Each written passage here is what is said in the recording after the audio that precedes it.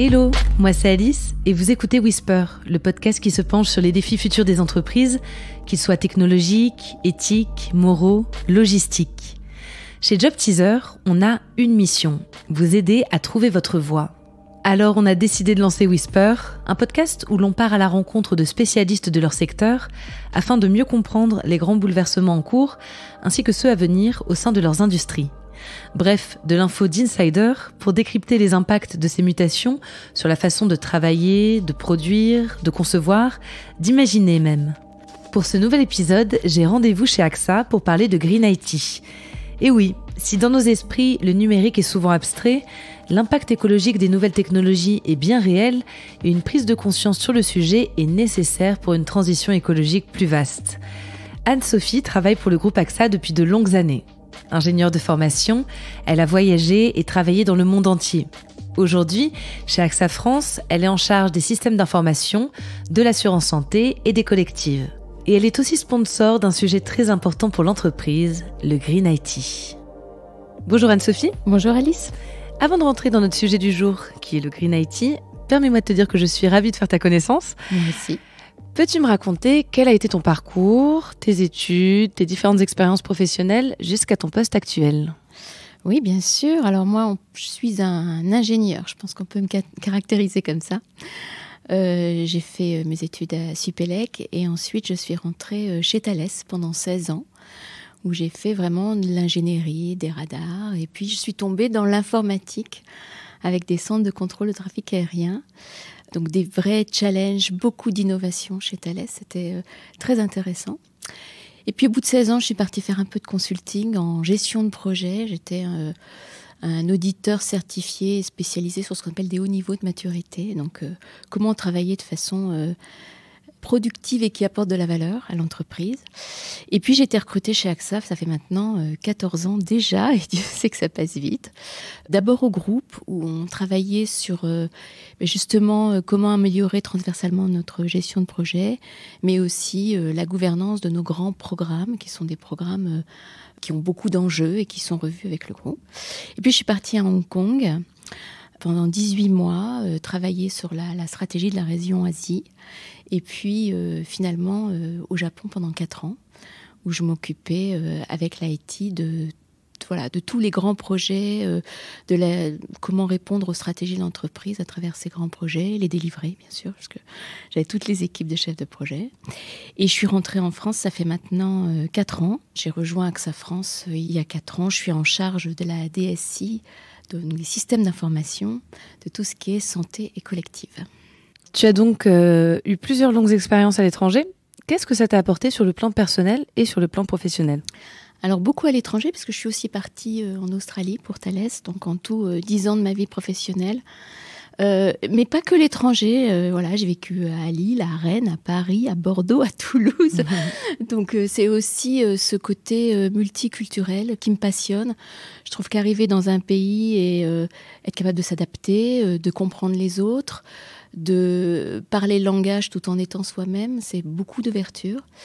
Et puis c'est aussi regarder comment chaque pays qui a ses propres challenges fait face à ses propres difficultés. Alors au Japon, clairement, les tremblements de terre, les grandes mégalopoles, comment on gère tout ça et comment on pourrait en bénéficier, nous, qui sommes Européens, qui avons peu de tremblements de terre pour le moment, mais qui commençons à avoir, par exemple, des étés très chauds, puisque au Japon, l'été, il fait 40 degrés et 90% d'humidité. Donc des habitudes de vie qui ne passent pas forcément par la climatisation, ce genre de choses. Voilà. Donc on apprend des autres et ça fait partie de ce côté fantastique qu'il y a à aller voyager partout. Alors aujourd'hui, en quoi consiste ton poste chez AXA France ? Donc je m'occupe des systèmes d'information chez AXA. Je suis plus particulièrement en charge de toute la partie santé et de ce qu'on appelle les collectifs. Donc les collectifs, c'est quoi ? Donc quand on est salarié d'un groupe, on est en général couvert par des complémentaires santé, mais également de la prévoyance, si vous arrive quelque chose, si vous tombez en arrêt de travail. Également la retraite, donc des complémentaires retraite. Et ce qu'on appelle l'épargne salariale, qui est aussi une façon pour l'entreprise de récompenser ses salariés en leur proposant un budget d'investissement. Voilà. Et donc c'est un métier très challenging, qui est très innovant, qui a plein d'idées. Donc pour quelqu'un qui s'occupe des outils, c'est beaucoup de challenge de vivre avec le passé, c'est-à-dire des systèmes d'information qui ont 30, 40 ans, parce qu'on a des contrats qui sont vraiment très très vieux et qui sont toujours en vie. Et puis en même temps, d'être sur le marché, d'être près du client, d'offrir des solutions digitales avec beaucoup de données. Donc ça, c'est une partie de mon job. Donc au sein de la direction Transfo et Tech, je suis également sponsor de 2 sujets très importants, très culturels. Le premier, c'est ce qu'on appelle le Green IT, qui est en vrai la sobriété numérique. Et le deuxième, qui est aussi très cher à mon cœur, c'est la diversité. Et notamment la diversité dans la tech, où on sait que le taux de féminisation est très bas. Alors notre sujet du jour, en l'occurrence, c'est le Green IT. Qu'est-ce que c'est ? Comment tu le définis ? Et pourquoi on en parle de plus en plus ? Alors pourquoi on en parle de plus en plus ? D'abord parce qu'on a une vraie prise de conscience en ce moment que le numérique et le digital deviennent importants. On l'a vu depuis 20 ans, mais ça s'est beaucoup accéléré, notamment avec la crise du Covid, où on s'est mis à travailler énormément à distance. On a beaucoup d'interactions digitales maintenant. Vous avez tous commandé sur Amazon, sur Le Bon Coin, voilà, vos interactions, nos interactions à tous, elles sont extrêmement digitales. Et on a aussi commencé à travailler à distance avec davantage d'outils très digitaux, des réunions d'équipe à distance, beaucoup de caméras, etc. Et donc, on a une vraie explosion des usages numériques. Et il faut savoir que, en gros, l'usage du numérique est incontournable. Il représente à peu près 4,5% au niveau mondial de la consommation, ce qui est plus que le trafic aérien.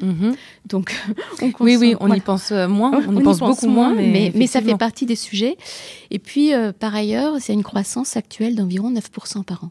C'est-à-dire que nos besoins grossissent et que si on n'en prend pas conscience, eh bien, ça va vraiment, vraiment être impactant.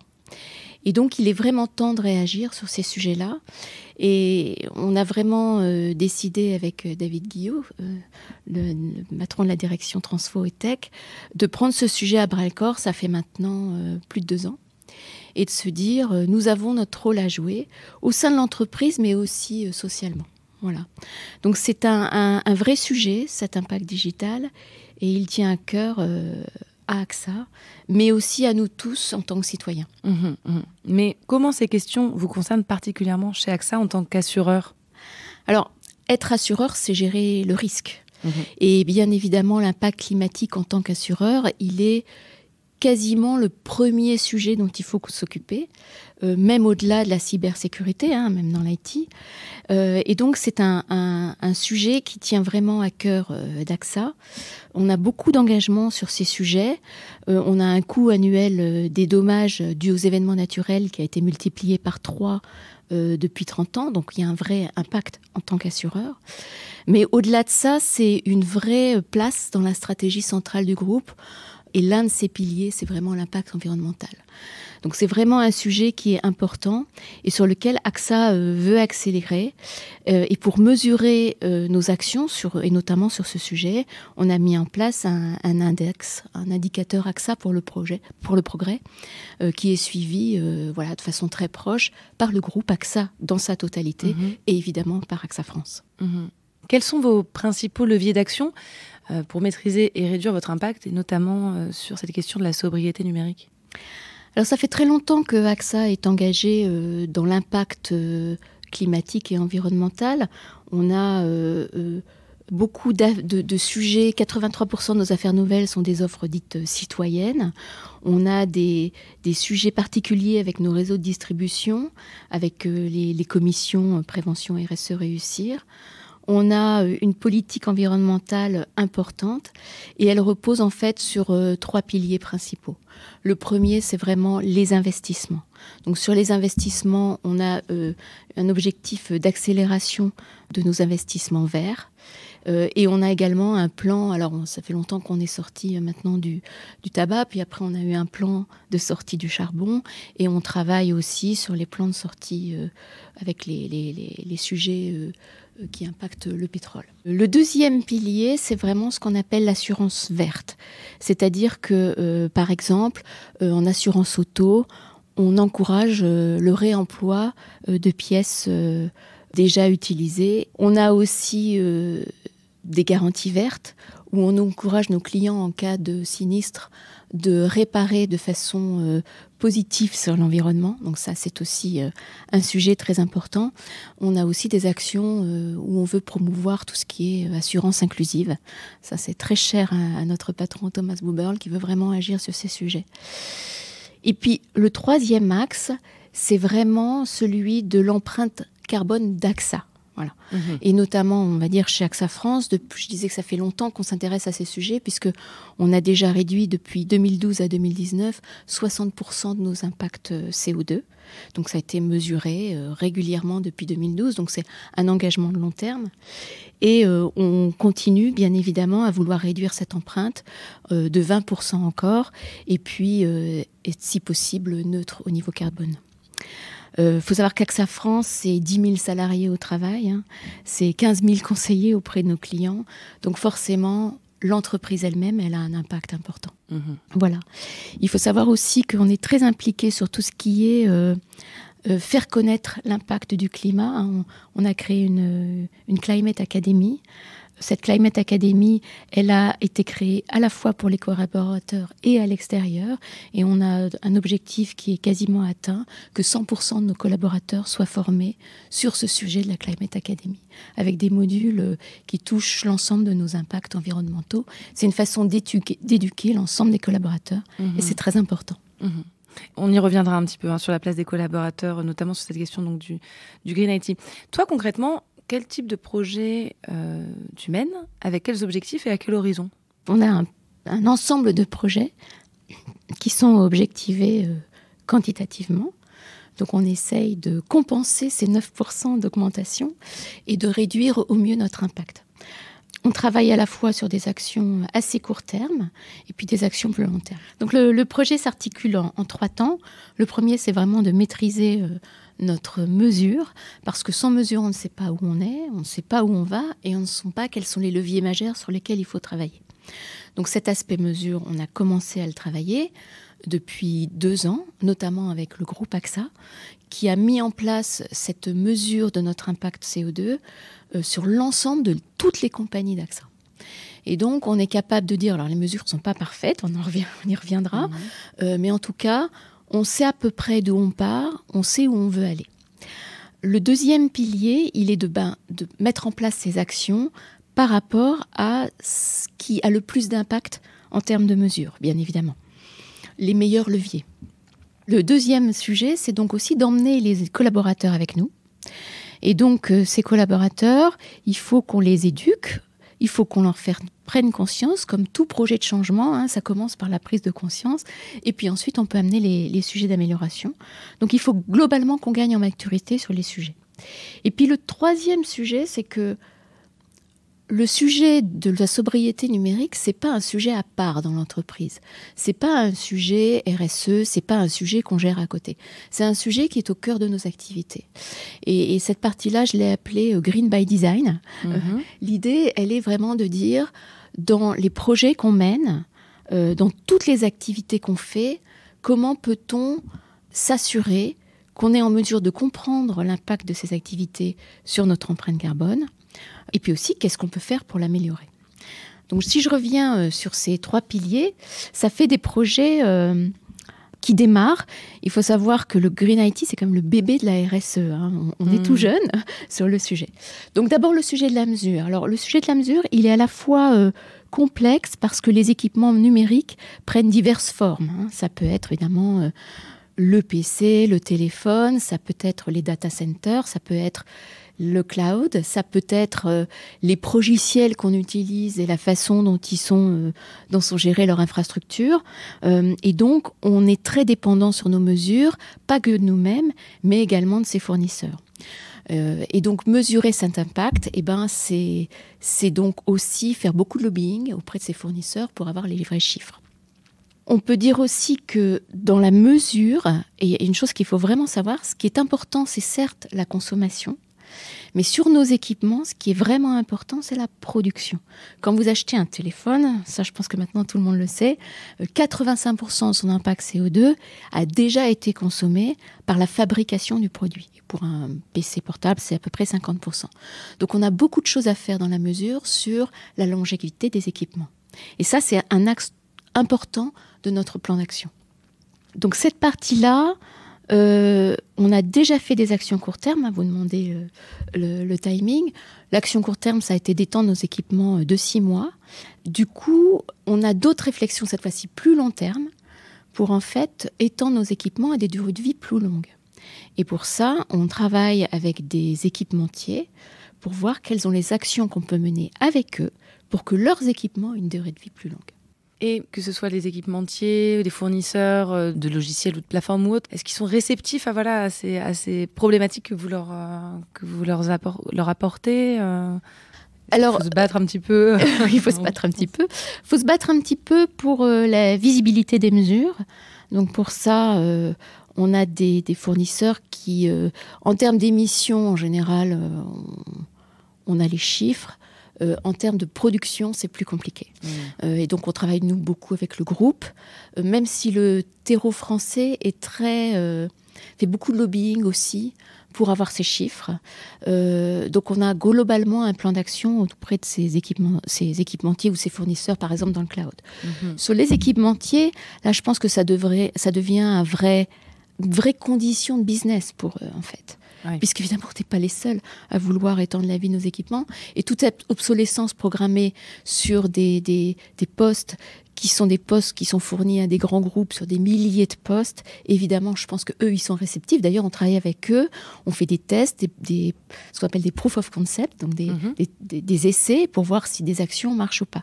C'est plus compliqué sur les fournisseurs de cloud, genre Amazon, Microsoft, etc., ou c'est encore plus compliqué sur les téléphones, parce que quand on regarde les téléphones, par exemple, Apple ou Samsung, ils sont basés sur l'obsolescence programmée. Oui, et là, notre poids est beaucoup plus faible. Voilà. Après, sur les plans d'action, auprès des collaborateurs, on travaille beaucoup sur ce qu'on appelle les éco-gestes. C'est-à-dire qu'en gros, la sobriété numérique, c'est un peu comme l'électricité des années 70. Il y a les gros sujets autour de passer dans le nucléaire. Et puis, il y a ce que chacun fait, éteindre la lumière en sortant de sa pièce. Voilà. Donc, de la même manière, il faut qu'on soit tous éduqués sur comment on se comporte vis-à-vis de nos outils. Moi, bêtement, j'ai découvert des choses et maintenant, je fais très attention. Mais moi, sur mon téléphone, j'ouvre des pages web à longueur de temps. Et en fait, il faut les fermer. C'est extrêmement consommateur, par exemple. On a beaucoup de sujets autour de l'envoi des mails parce qu'on a pris l'habitude de partager des pièces jointes, des grosses pièces jointes avec le monde entier en se disant on le lira s'il en a besoin. Donc là, maintenant, il y a une vraie réflexion autour de ça, de l'usage des mails, du poids des mails, de réfléchir à qui on l'envoie, donc beaucoup d'éducation autour de ces sujets. Voilà, donc ça, ces éco-gestes numériques, comme on les appelle, ils sont aussi importants. Voilà. Et puis le troisième pilier, on y reviendra parce que ça touche beaucoup les collaborateurs, mais faire du green by design, c'est faire des projets où à chaque étape de notre gouvernance projet, on réfléchit à l'impact que ça a. Donc ces 3 piliers-là, c'est vraiment les axes de notre projet Green IT. Mais justement, parlons-en de la place des collaborateurs, parce qu'elle me semble vraiment centrale sur ces questions. Comment les collaborateurs deviennent aussi acteurs du changement ? Tu as parlé d'éco-gestes.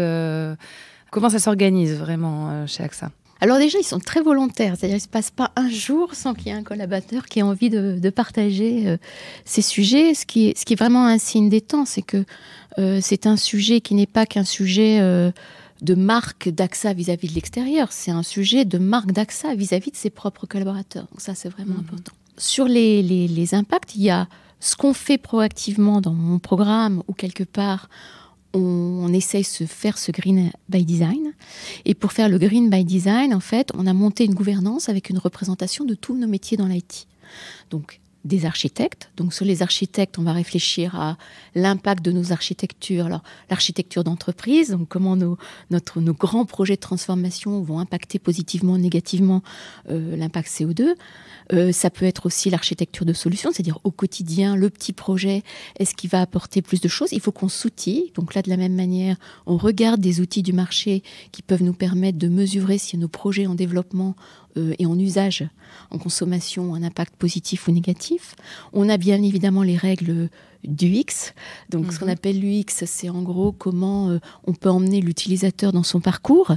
Et donc, on fait travailler nos responsables UX aussi sur ces parties-là. Donc, ils regardent les règles, ils imaginent des règles, sachant que bien évidemment, il va falloir discriminer entre l'utilisateur et le pur green. Si vous regardez l'app AXA Connect de la SNCF, ils l'ont sorti noir. Et maintenant seulement, ils autorisent l'utilisateur à choisir entre le noir et blanc. Et donc, ils ont pris un parti, je pense, green, qui n'a pas été très bien reçu sur le marché. Donc, il y a une vraie réflexion à avoir sur ces sujets. Bien évidemment, sur le code. Donc, on travaille sur les règles de codage qui sont des règles green. Et d'ailleurs, on a un challenge innovation sur un outil de vérification de la qualité du code.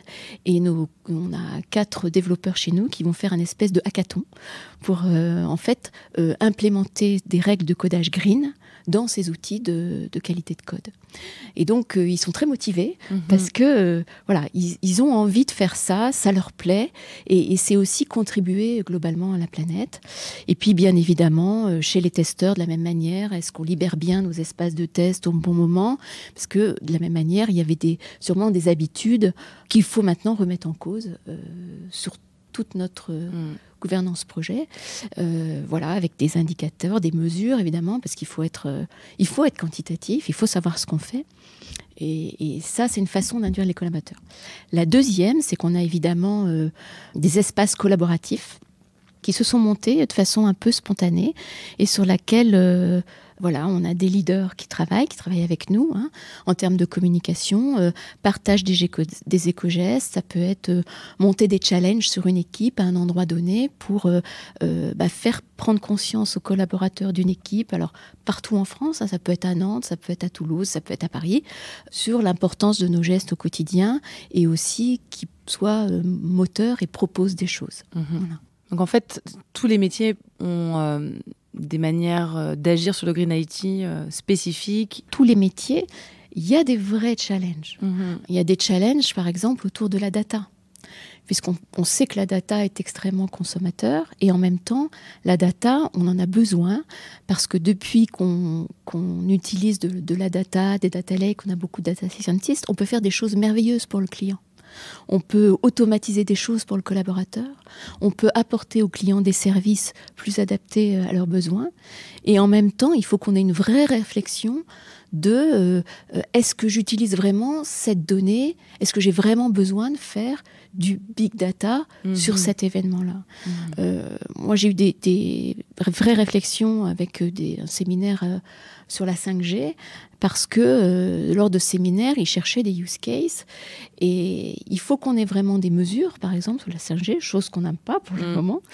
Et d'autre part, il faut qu'on se pose les vraies questions de frugalité, c'est-à-dire est-ce que dans mes use cases, si j'ai un use case qui marche en 4G, ai-je vraiment besoin de la 5G pour le même use case? Et donc, on a vraiment besoin d'avoir une vraie compréhension de pourquoi on fait les choses sur ces sujets importants qui nous permettent d'accélérer auprès de nos clients et d'accélérer auprès de nos collaborateurs, mais aussi en termes de frugalité numérique. Et ça va être tout le sujet du challenge qu'on a devant nous.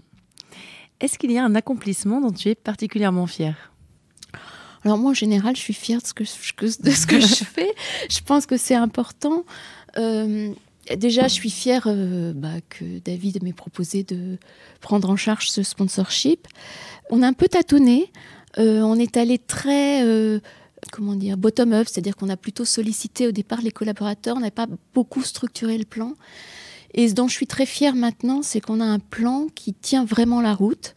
On travaille de façon très proche avec le groupe.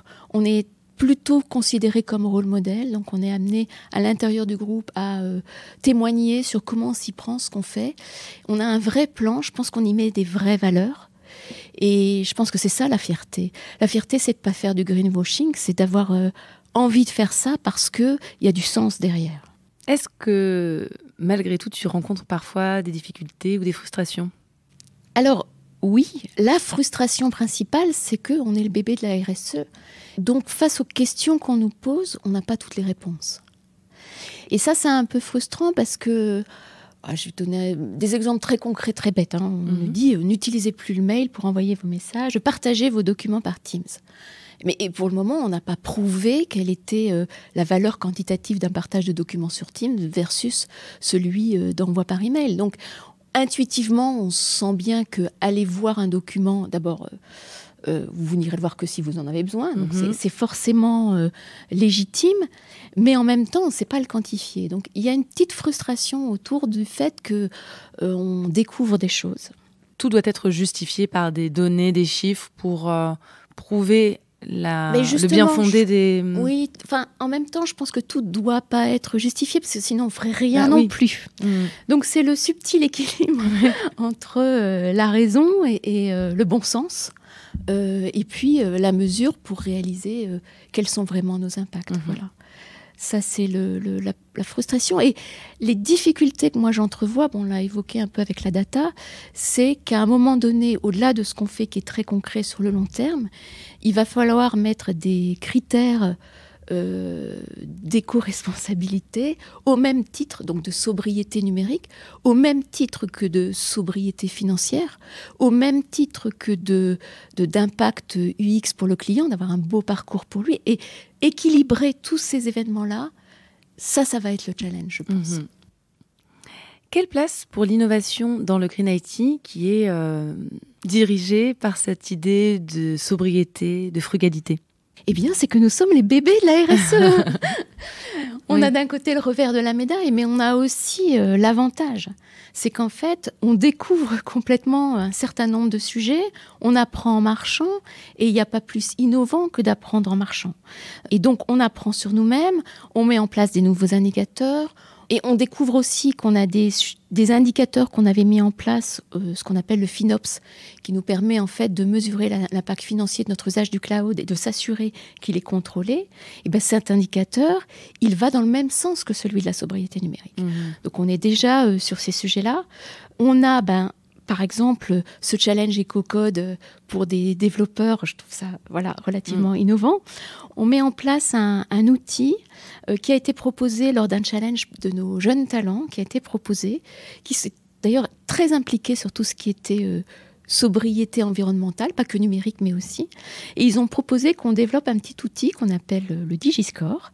C'est un peu le principe du Nutri-Score, mais pour nos boîtes mail, de façon à ce que chaque collaborateur de l'entreprise puisse savoir sur sa boîte mail quel est son impact environnemental. Ah oui, ça c'est super. C'est sympa, hein ? Voilà, donc on a décidé de développer ce petit outil-là. Il est en cours de pilotage. Il nous permet également de communiquer sur un certain nombre de bonnes pratiques. Voilà, et il est activable au souhait du salarié. Et voilà, c'est un autre sujet qu'on trouve assez innovant. Et puis, je trouve qu'il y a beaucoup de réflexions à avoir sur justement la data, notre usage de la data, avec nos métiers. Et c'est là que c'est passionnant, parce qu'on peut réfléchir ensemble à des nouvelles idées autour de la data. Et puis sur l'innovation, avec nos métiers aussi, moi je participe à des groupes d'innovation avec le métier des collectifs. Et on a beaucoup de réflexions autour de l'impact environnemental au sens large. Et donc également de ce qu'on peut faire au niveau de la vision un peu numérique des choses. Et ça, c'est sympa parce que ça dépasse le simple cadre de l'informatique. Quels sont vos grands objectifs en matière de Green IT pour les prochaines années ? On a ces objectifs quantitatifs donc, qui sont bien évidemment de compenser plus que la croissance des 9% par an. Donc ça, c'est notre objectif, je dirais, moyen terme. Et on travaille en parallèle sur des actions un peu plus larges, donc notamment autour, par exemple, des équipements, pour essayer d'atteindre l'objectif que s'est donné AXA France au global sur les moins 20%. Mais là, on est en période d'investigation. Donc, en parlant d'innovation, c'est beaucoup de choses à aller chercher, beaucoup d'idées à trouver, aussi auprès des collaborateurs. Donc ça, on a pas mal de chantiers d'investigation devant nous. Et c'est aussi ce qui en fait l'intérêt d'ailleurs. Je pense que la vraie réussite pour moi, en matière de green IT, de sobriété numérique, ça va être l'éco-conscience de nos projets, la compréhension de comment aborder ces sujets sur nos projets de transformation, sur nos méthodes de travail, mais aussi sur l'impact de la vie sociale. Voilà. Et je pense qu'il faut garder nos vraies valeurs. Nos vraies valeurs, par exemple, pour nos métiers, nos réseaux de distribution, c'est quand même l'interaction humaine. Apporter des solutions digitales et en même temps dans cet esprit de sobriété, de frugalité. Je pense que pour moi, tout ça, c'est la réussite si on y met tous notre tête et notre cœur. Voilà. Très bien. Merci beaucoup Anne-Sophie. Merci.